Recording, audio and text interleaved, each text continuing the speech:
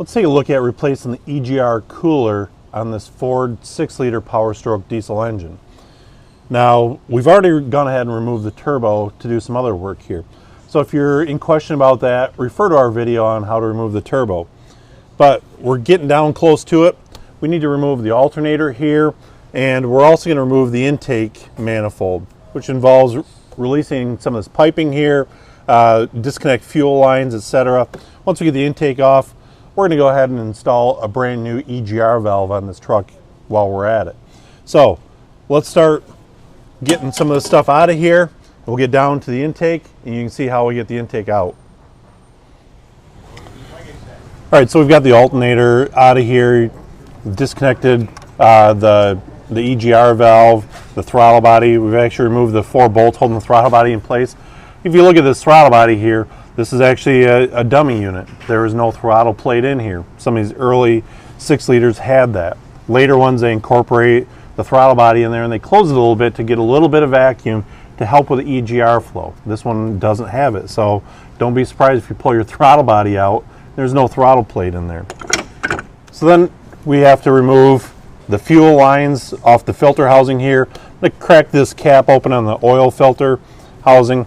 Then we're going to take our T45 Torx bit and remove 4 bolts to pull this housing up out of the way here. Then we're going to go around and disconnect some of these brackets.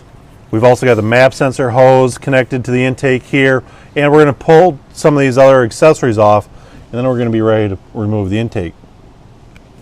So we've got the intake out here, and now it's a little easier to see. We've gone ahead and made a couple paint marks here. This is going to indicate when we're putting it back together that we're putting the studs back.